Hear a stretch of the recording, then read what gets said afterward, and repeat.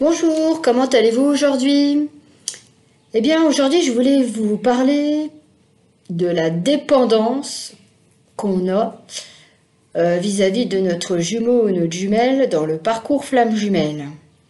Mais avant toute chose, je voulais vous dire qu'en ce moment, je fais une petite promo à 20 € la séance des lectures des annales akashiques, que vous soyez dans un parcours flamme jumelle ou classique.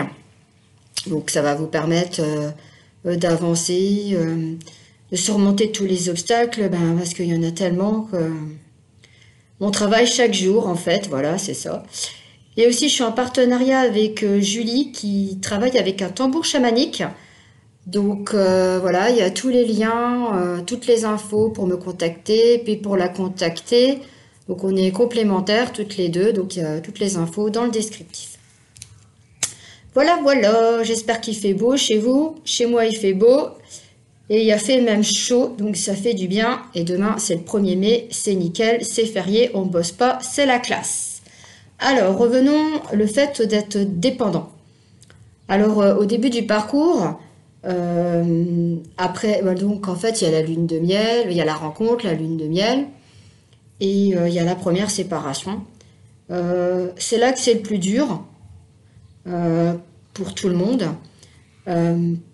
parce qu'à un moment donné, notre honneur, il ne donne plus du tout de nouvelles. On a beau envoyer des messages, rien, zéro, nada. On se sent complètement abandonné, trahi par son comportement, car en fait, on dépend de lui. Et le pire, c'est qu'on ne voit que lui. Donc, voilà, c'est très compliqué. Il n'y a rien qui va, on est complètement dans le néant. Voilà, ce qui compte, c'est être avec il ou elle.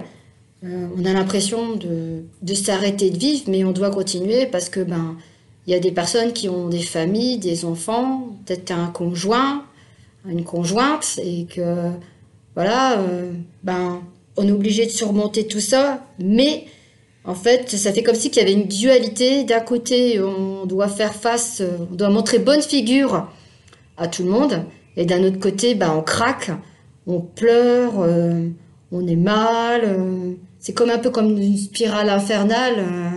C'est dur de remonter la pente. Et comme on est contrôlant, on cherche des infos sur lui. Voilà. Par les amis ou par les réseaux sociaux. Le moindre fait et geste, on veut savoir ce qu'il a fait de sa journée. Donc en fait, on se nourrit de ça. Et lui, ce qui se passe, c'est que avec ses masques et puis ses blessures, il prend la fuite, bien sûr, même s'il nous aime, mais son âme demande à ce qu'on le laisse faire son cheminement afin de guérir petit à petit de ses blessures. Et par rapport au contrôle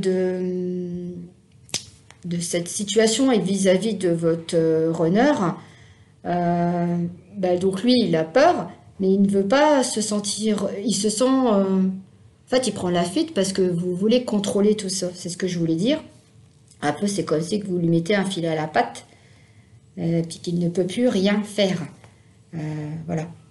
Le peu de nouvelles que vous avez, lui, le moindre petit message, c'est la fiesta, youpi, il va revenir, mais pour combien de temps? Voilà. Donc comme je disais, vous êtes dans le brouillard total. C'est avec il ou elle, avec qui vous souhaitez être avec, et personne d'autre.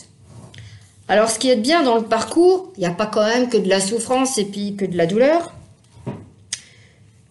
C'est que les guides, et aussi par rapport par rapport au parcours en général, vous allez rencontrer des âmes sœurs. Moi, j'ai une amie. Nous sommes âmes sœurs. Dans des vies antérieures, c'était un homme. Et en fait, actuellement, elle est tout pour moi. Et quand je la vois, voilà, je suis super contente de la voir. Et elle m'a fait avancer. Et je l'ai fait avancer aussi. Parce que s'ils sont là sur notre chemin, c'est pour qu'on avance aussi. Tous ensemble. Voilà. Et quand vous rencontrez cette âme sœur, c'est comment? C'est une personne que vous... Mais mince, je l'ai déjà vu quelque part. Quand on parle, c'est fluide, ça se passe super bien. Et je vous ai raconté une bonne. J'étais dans l'avion, donc je rentrais chez moi. Et il y a un garçon, il me regarde et puis, mais avec insistance, c'était un truc de malade. J'en ai parlé à personne. Et puis c'est tout. Et puis moi, je me sentais, comment je pourrais dire, mais pour moi, je le connaissais. Et comme j'ai accès aux vies antérieures, je peux même faire en live comme ça, demander. Et je demande au guide et il me dit, oui, oui, cette personne-là, c'était en Afrique, vous avez été ensemble, vous avez eu un enfant ensemble. Et puis, il arrête pas de me regarder. Et puis moi, c'était plus fort que moi. J'étais comme happée par lui. Mais c'était un truc de malade. Alors que j'aime mon jumeau, hein, de tout mon être. Mais je sais pas pourquoi, mais j'étais complètement happée. Et dès que je croisais son regard, oh, ça devenait un truc de fou, quoi. Je dis, mais merde, je dis, mais c'est pas possible. Et j'avais l'impression, en plus, quand je voyais son âme à cet homme, j'avais l'impression de voir une partie de l'âme de mon jumeau. En fait, en plus, il avait la même taille que lui, la même corpulence, quasi la même couleur de cheveux, la même physionomie, mais quasi tout pareil. Donc ça m'a fait trop bizarre, j'avais envie, c'était de le toucher et d'être dans ses bras. Donc on a discuté tous les deux, et en fait, on s'était jamais rencontrés auparavant dans cette vie actuelle, puisqu'on a discuté. Et du coup, à l'aéroport, quand on a repris nos bagages, chacun a repris sa route. Voilà. Alors peut-être qu'un jour, je vais le revoir. On sera amis, mais voilà, ça m'a fait vraiment trop bizarre et c'est comme ça que quand on reconnaît son âme sœur. Donc du coup, je suis complètement perdue, je savais plus ce que je voulais dire. Ah oui, donc du coup, les âmes sœurs nous font avancer, évoluer et prendre conscience qu'on doit vivre pour nous. Je sais que c'est dur à entendre, mais c'est la réalité. En fait, c'est comme le chocolat, c'est quand on est accro, on a du mal à s'arrêter. Voilà, c'est vrai, c'est un truc de malade. Alors, je vais vous dire aussi que quand arrive le switch en fin de parcours, les rôles s'inversent, hein, vous êtes le runner et lui le chaser. Donc, du coup, là, vous ne serez plus du tout dépendant de il ou elle, de votre jumeau ou de votre jumelle. Mais vous allez me dire, mais ce n'est pas possible. Si, c'est possible.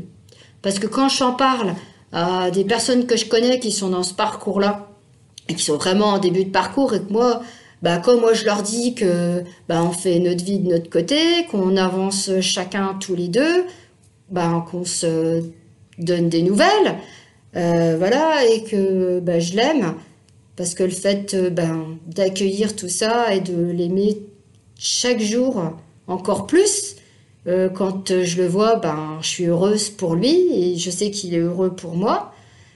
Et elles me disent, les filles, mais c'est pas possible. Non, non, non, c'est pas possible, c'est pas possible. Mais je dis, mais si. Mais elle me dit, mais comment tu peux être aussi... voilà, comment c'est possible que toi, tu ne sois pas comme nous? Mais je dis, je suis passée par là comme vous, comme tout plein de personnes.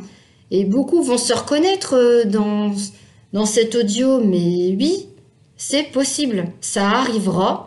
Et après, on prendra conscience des choses et quand on verra que tout ce qu'on a passé, parce que c'est un parcours de malade, parce qu'on travaille encore, et même après, quand on est en réunion, quand on est en couple, quand on a les enfants, quand on continue notre vie, on bossera toujours, on travaillera toujours sur nous.